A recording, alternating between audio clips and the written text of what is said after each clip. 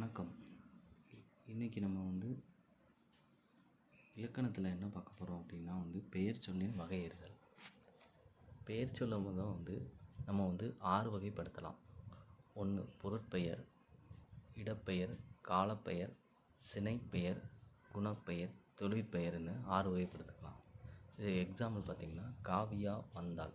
இதில் இந்த காவியா அப்படிங்கிறது தான் நம்ம ஒரு பொருட்பெயர், அதாவது ஒரு பொருளை குறிக்கக்கூடிய அனைத்துமே அதை பொருட்பெயர்னு நம்ம சிம்பிளாக எடுத்துக்கணும். குமரன், மணிக்கொடி, தென்னை, காவியா இந்த மாதிரி இருக்கிறது எல்லாமே வர்றது பொருட்பெயர். அடுத்து 2வது காவியா பள்ளிக்கு சென்றாள்.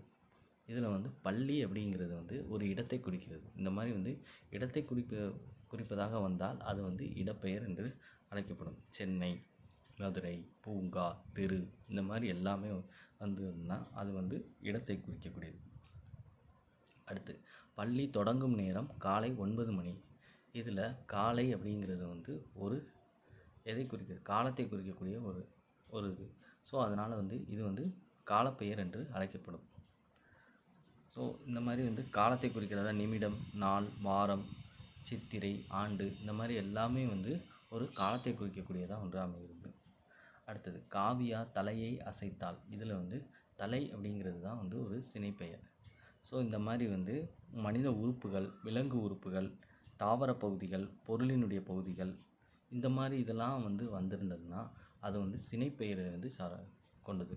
அடுத்தது பயிர்கள் பசுமையாக இருந்தன. இதில் பசுமை அப்படிங்கிறது தான் ஒரு பண்பு பெயர். ஸோ இந்த மாதிரி பண்பு பெயர்லாம் எப்படி வரும் அப்படின்னா அதாவது நன்மை, அதில் அந்த பண்பை குறிக்கக்கூடியது. தொல்லை, மாட்சி, மாண்பு, மளவு, நன்கு, நன்றி, நன்று, நலம், நன்னர், திட்பம், தீது இந்த மாதிரி வர்றது. 7 நிறங்களை குறிக்கக்கூடியது, அறுசுவைகளை குறிக்கக்கூடியது. இந்த மாதிரிலாம் ஒரு பண்பை உயரத்துக்கு வர்றதெல்லாம் ஒரு பண்பு பெயர் என்று அழைக்கலாம்.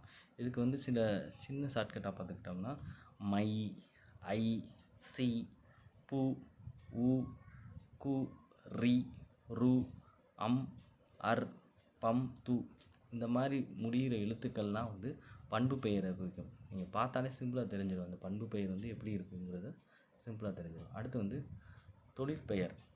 தொழிற்பெயரை பொறுத்த வரைக்கும் அதாவது இது எப்படி சொல்லலாம் அப்படின்னா நடனம் ஆடுதல் சிறந்த கலை அப்படின்னு இருக்கிறதுல இந்த ஆடுதல் அப்படிங்கிறது தான் அது ஒரு தொழிலை குறிக்கக்கூடியது. ஸோ இந்த மாதிரி தொழிலை குறிக்கக்கூடிய பெயர்கள்லாம் தொழிற்பெயர் என்று அழைக்கப்படும். ஆடல், படித்தல், எழுதுதல், பொறுத்தல் இந்த மாதிரி அல் அப்படிங்கிற அந்த எழுத்து வந்தாலே நம்ம கண்டுபிடிச்சிடலாம் அது தொழிற்பெயரை குறிக்கக்கூடிய ஒன்று என்று அழைக்கப்படும். அது போக அதாவது நீங்கள் ஷார்ட்கட்டாக பார்த்துக்கிட்டிங்கன்னா கடைசி வர்ற எழுத்துக்கள் தல், அல், அம், ஐ, கை, வை அதாவது இப்படி வர்றதா மேக்ஸிமம் வரும். பார்த்திங்கன்னா நீங்கள் எப்படி பார்த்துக்கலாம்னா